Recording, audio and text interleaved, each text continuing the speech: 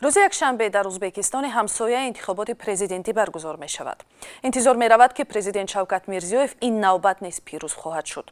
در انتخابات 5 نامزد اشتراک می کنند، ولی به اندیشه تحلیلگران در اصل نتیجه های انتخابات از پیش معلوم است و این یک معرکه وانمود کردن دموکراسی در ازبکستان می باشد. و حالا در استودیو با ما همکارم سیراج‌الدین اسلام هستند که انتخابات ازبکستان را پیگیری میکنند. سیراج‌الدین، ما دیدیم که میرزیوف شخصا به ملاقات با انتخاب کننده ها به منطقه ها رفت. سازمان امنیت و همکاری اروپا گفت که ناظرانش را به انتخابات میفرستد. 5 نامزد اشتراک میکنند، ولی تنقید زیاد است. چرا؟ بله، تنقید واقعا زیاده است. خیرامان، در انتخابات 5 نفر از جمله خود رهبر کنونی کشور شавкат мирзиёев پیشبری شدند که همشان رهبران حزب‌های سیاسی جانبدار حکومت هستند.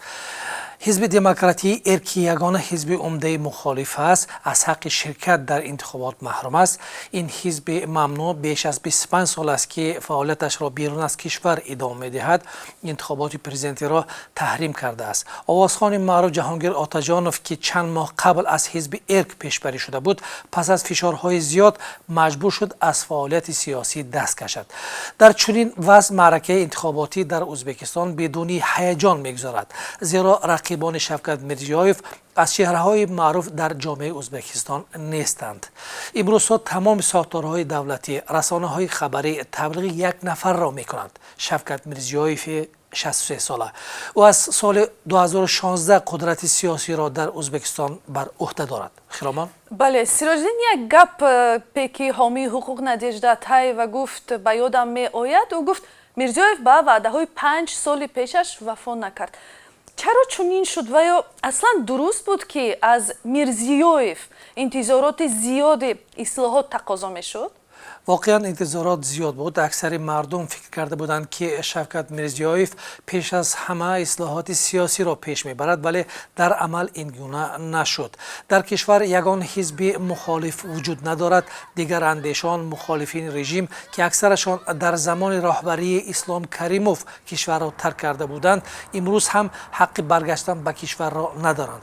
اکثریت امید میکردند که ازبکستان با آمدن میرزیوف در ساحه اقتصادی حداقل به نتیجه خوب میرسد، ولی میبینیم که میلیون ها شهروندان ازبکستانی برای جستجوی کار بر روسیه و قزاقستان مهاجرت کردند و امروز هم همان پول این مهاجرت است که زندگی میلیون ها نفر را در ازبکستان چرخ میزناند. ولی به گفته تحلیلگران محلی، در سالهای اخیر حکمرانی میرزیوف آنها شاهد دیگرگونی‌های خوب اقتصادی بودند. مثلا حکومت هنگام همکاری با سازمان‌های بین‌المللی وابستگی یک طرفه خود را از درآمد مهاجرتی یا پخته کاهش داد و اقتصادیات نسبتاً رشد کرد. بله. اما چیزی که به این روند مانع ایجاد کرده است و امروز هم این احساس میکنیم، فساد گسترده در ازبکستان است که به گفته تحلیلگران کشور را به گمراهی برده است. بله، وقت داریم یک سوال دیگر میدهم. به نظر شما سیراج‌الدین، رهبری میرزیوف که خب غلبه‌اش ظاهراً حل شده است، برای همسایه های تاجیکستان، مثلا برای آینده همکاری ها با تاجیکستان، کشورهای همسایه، چی تاثیر میتونه داشته باشه؟ البته با آمدن شавкат мирзиёев روابط ازبکستان با کشورهای همسایه خیلی خوب شد. مخصوصا با تاجیکستان روابط این دو کشور حسن است. گفتن میتونیم از بسیار بعد گوییم که در زمان کریموف بود با بسیار خوب تبدیل یافت. در همه عرصه ها همکاری رشد کرده ایستاده است و از این لحاظ ماندن میرزیوف در سر قدرت با تاجیکستان فقط خوبی میآورد و بس. خیرامان؟